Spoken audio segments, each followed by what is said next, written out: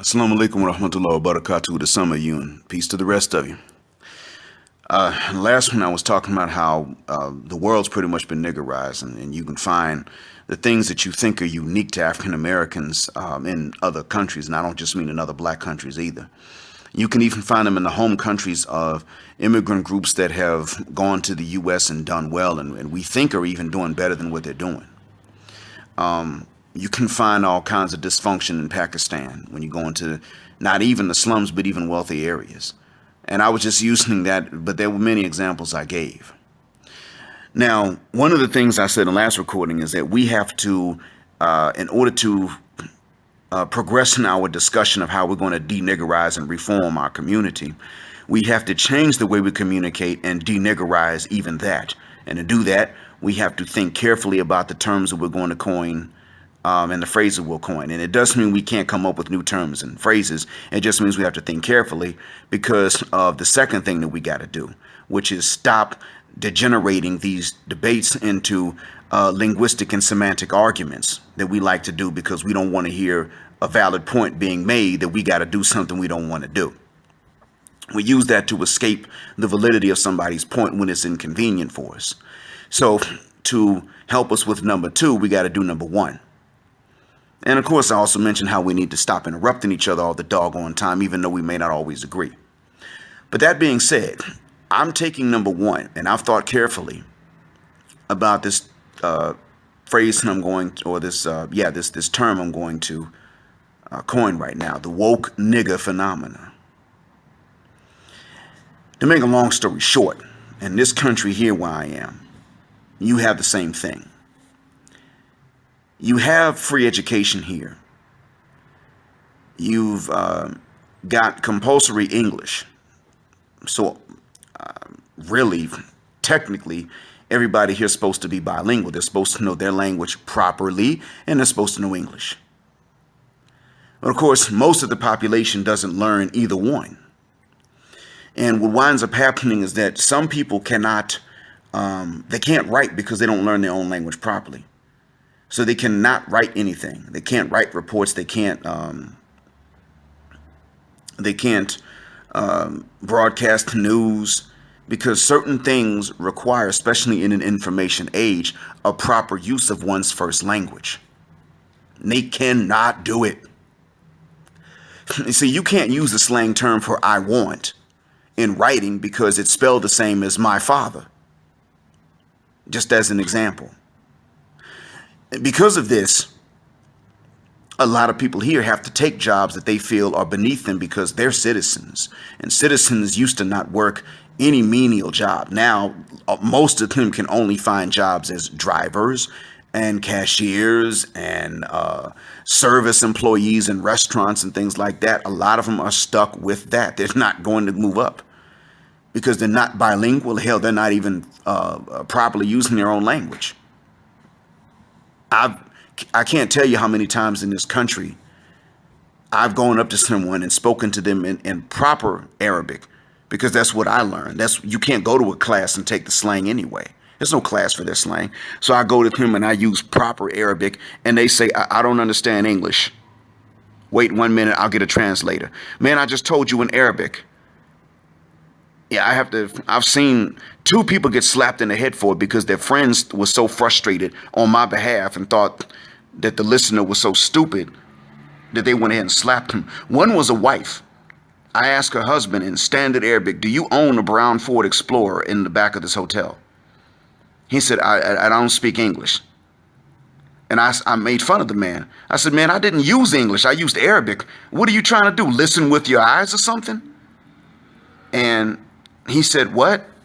Arabic, man, say it in Arabic. So his wife slapped him in the back of the head like we do to each other. Slap.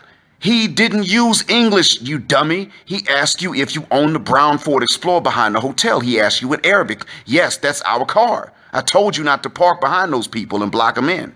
That's what she said to him.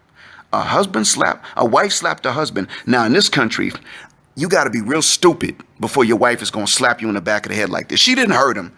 She did one of those slaps we do because they do a lot of things like we do, actually. It's the one that jolts the head but doesn't hurt you. It's like that. But the point, and it was another time I went to a fast food place in one of the malls. Went up to the food court. I said, yeah, y'all still got that grilled chicken? And he said, I don't speak English. Man, I didn't tell you in English. I said, do you still have the grilled chicken? He said, oh, wait a minute. Let me get the Filipino guy. He speaks English. And then his friend reached over and slapped him behind the head and said, are you retarded? He said in Arabic, do you still have the grilled chicken sandwich? What's wrong with you? When did you become stupid? So then the guy behind the counter apologized. I'm sorry, man. I didn't hear you. I wasn't listening. And I said, no, you were listening with your eyes, but not with your ears. You looked at my clothes and thought I couldn't possibly speak Arabic. I'm glad he hit you in the back of the head, because I would have kicked you in your chest if he didn't. I'm really sorry. I shouldn't be doing that. And since he apologized, I let him go. And I said, all right, well, from now on, if you listen with your ears, then I won't make fun of you or anything. Do you have the grilled chicken sandwich? Yes, I got it. Okay, thanks. Can I get that with a extra large Diet Pepsi? Appreciate that, blood. How much do I owe you? And see, that's nigga stuff. And what I'm talking about with this woke nigga phenomena is that these were all people that when they were young, they wasted their youth not getting educated. When they got older, they might have grown up a little bit, but they stayed stupid. Now, these are also the same kind of people that come to me when they're too old to learn another language. And they say, I need you to teach me English. I need to move up in my job. And I'm like, so what happened when you were in school? What's the last English you remember from school? I didn't learn anything at all. And you're how old now? Oh, I'm 38. You think you can learn English at 38 and you didn't learn your own language correctly? Are you serious? Man, I could teach you for 2 years you wouldn't speak English. Not correctly. No, bruh. Your ship sailed. If I taught you English, I'd just be stealing your money. Your ship sailed, Jack. You ain't gonna learn it. Especially if you a Bedouin, because you ain't gonna go against your culture. You're too set in your ways at that point. I see that's what has to happen. They woke up, but they woke up too late. And now they're gonna be stuck living the consequences of being a nigger when they were young. It doesn't matter if they were Arab niggas, black niggas, white niggas. Arabs ain't nothing but light-skinned black folks that don't know they black anyway. The point is, niggers.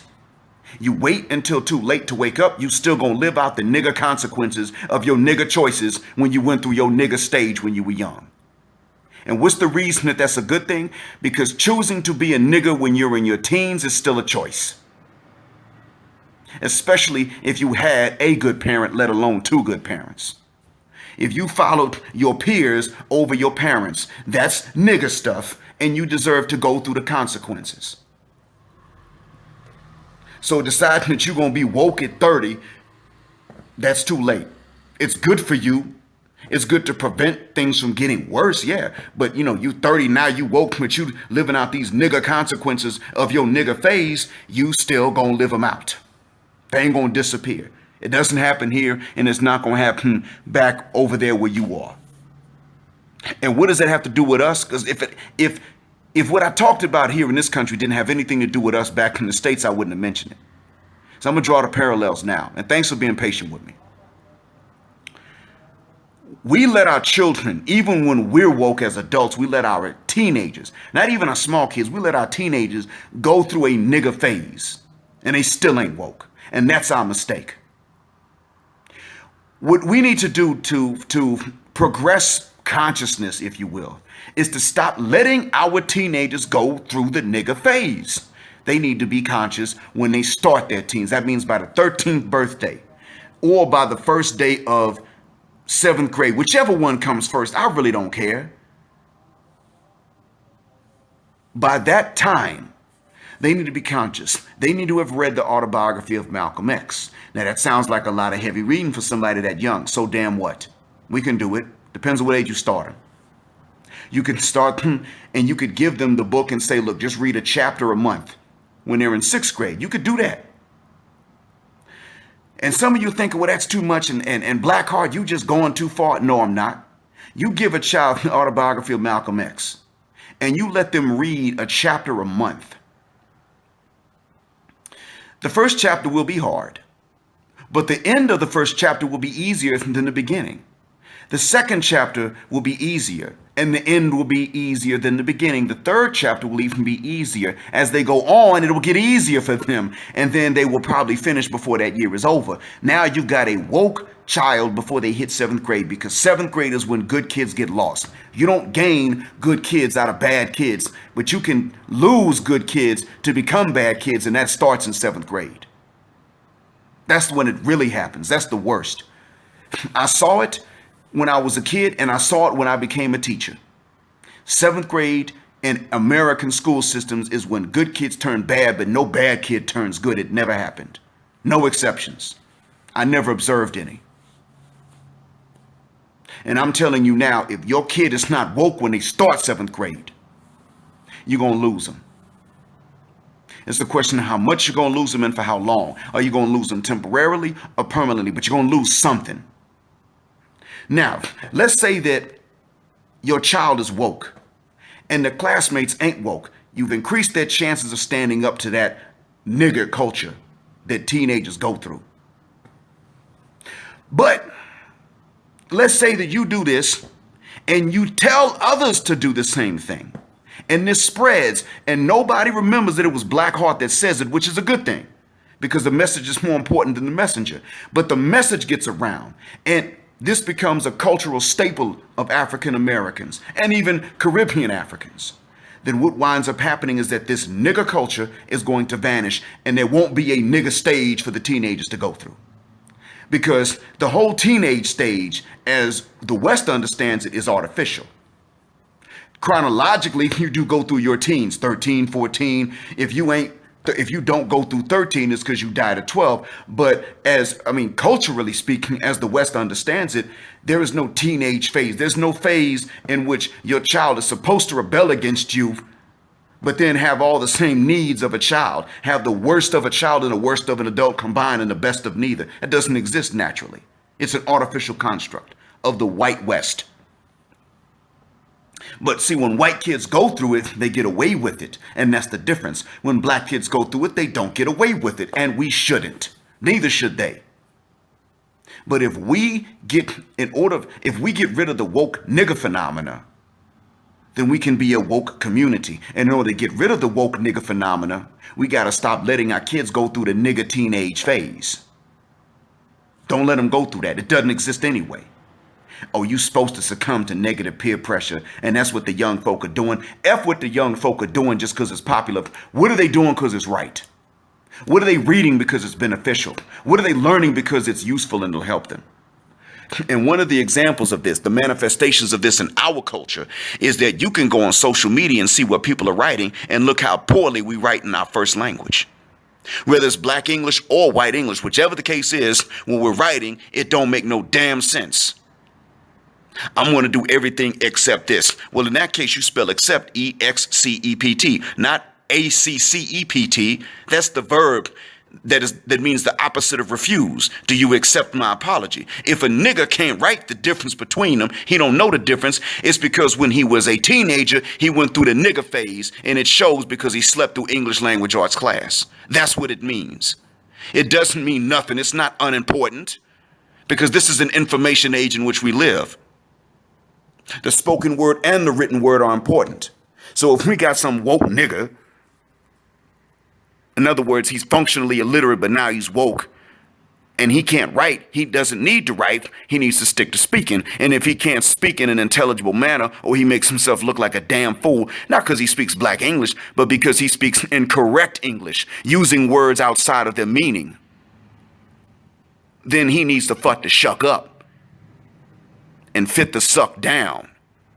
That's what it means. We don't need woke niggas preaching to us through the medium in which they don't know what they're doing. We do not. As a matter of fact, that would only reinforce the notion that there's some kind of moral superiority to being functionally illiterate. That's the manifestation in our community. And it is the goddamn same as what it is in the community among which I live right now in this country. Spoiled people here didn't go through nothing we went through, so why are they as broken as we are? I don't have an excuse. We have an excuse and we're trying to work our way out of it. And I'm not trying to knock that. I'm trying to enhance it, which is why I'm recording this right now. We don't have to have a community of woke niggas. We can have a woke community, actually. How do you do it? Well, the ones that don't ever want to wake up, you leave them behind, of course. Even if it's your relative, you leave them behind. It's like Noah's Ark. Noah had to leave one of his own sons because the son ain't want to be part of the salvation. I'm gonna swim to the highest mountain to save myself. Boy, don't you know that God said he gonna flood everything around here? If there's any dry land, it's going to take you forever to get to it on a boat, let alone you swimming. Get on this boat or you're going to die. No, I'm going to be with everybody else. You know, I'm going to be straight. I'm going to be all right. What happened? His son drowned. Animals lived and his son drowned. You see? It's like that. You get on the ark or you stay and drown. But see, what about the woke niggas, the ones that wake up, but they wake up when it's too late to escape the nigga consequences of the nigga teenage phase in which they chose to remain niggas? Well, I don't really know what can be done to rescue them. Sometimes they get lucky, and I hope so, but that's not something you can bank on. But what I will say, though, is that we can stop the continuation of it by making sure that our kids don't become teenage niggas. And how do you do it? You get them woke before they're teens. And if they're still surrounded by negative peer pressure and only negative peer pressure, you get them out that environment as best you can and you get them around others. And as a matter of fact, if you woke, your friends need to be woke so that you all can get your kids around each other to keep them woke so that they can bypass the nigger phase during their teenage years. We don't need the nigger phase at all. It don't help nobody at all. It's never been beneficial to us. Now, what should happen is this. The next generation should be raised in the manner in which I just mentioned. They get woke, and I recommend the autobiography of Malcolm X. If you can find something better and more suitable to your child's reading level, you give them that. But eventually, they do have to read what I just mentioned. But you give them the best thing for their reading level before they finish 6th grade. They need to start reading it in 6th and have finished reading it by the time they finish 6th grade. When that summer vacation after the 6th grade year, before the 7th grade year starts off, they need to already be woke. If you let them go to the same place for 7th grade and they're surrounded by bad actors, you get them away from them and get them around other kids that were raised the same way. When enough of us do this, you're going to have a generation of kids that bypass the nigger phase in the teenage years. And they don't think that it's white or punkish or lame to be able to read above your grade level. As a matter of fact, that's more important than math. We tend to stress math and science, and that's good, but reading is more important than math and science. I mean, you ain't going to learn science if you can't read. Now, let's say we do this for our kids. Our grandkids, and we tell our kids, look, raise the grandkids the same way. When you get old and you have your own babies, you pass this on. If you don't have your own kids, you help someone do this for their kids. We pass this on. Our grandkids will grow up. They will be woke by the time they finish elementary school. And there won't be a negative peer pressure crowd of niggas for them to go through in the first place. Now, the day that our grandkids can go to any public school and that negative peer pressure is marginalized and ostracized, and they're the oddball out, that's the day that this country is going to start closing down public schools in black areas. Believe me. Trust me, because they're going to say it didn't work. It did not work. We cannot keep them broken morally and mentally. It failed. They're woke. I don't mean nigger woke. I don't mean jigaboo woke. I don't even mean, no offense to him, but I don't even mean Nipsey Hussle woke. I'm not even talking about that. And I think he was woke. But what I mean is I'm talking about, when I say woke, I'm talking about woke even beyond that, because we're supposed to progress every generation. When we get to that point, where we're beyond even what woke means today, They're going to, trust you me, they're going to shut them down. We're going to have to educate our own kids. We'll have to have our own community somewhere else outside the country. That's what I want to see happen. As a matter of fact, when we raise our kids to be woke, they may raise our grandkids elsewhere. And don't think that's a bad thing. That's a good thing. Even if they owe us America, which they do, they ain't going to necessarily pay it. But if we do, if our kids got to raise our grandkids outside the U.S. and they find an environment where they can keep them woke, that's good. As a matter of fact, in many African cities, the kids know how to behave, but they may not have that Pan-Africanism and that woke consciousness that we got. If you can combine their behavior with our awareness, then what's going to stop us at that point? I mean, white folk could try stuff, but at that point, they'd have to resort to military measures and sanctions to starve us out. And we got a continent on which we can grow food year round. Plus other regions of the tropics, believe it or not. Like Malaysia and Indonesia. They don't have a non-growing season. So what I'm saying is that we got a world pretty much open to us. What they're going to do, boycott the equator? Boycott the tropics? Sanction the tropics? Is that what Massa gonna do? Can he do it? I doubt that they can sanction all of that at one time. And with us spread throughout the tropics, getting people woke, you're talking about a world revolution. The black revolution exported to the entire tropics, black and non-black alike. That's what you're talking about. So if you do what I said, the possibilities are endless. And don't even tell someone that it was me that said it. No, just talk about it like it was your idea. If you hear this, take credit for the idea like it's yours. And watch what happens. Bypass the nigger stage so that we don't have to deal with no more woke nigger phenomena. I hope this has been a benefit. Assalamu alaikum.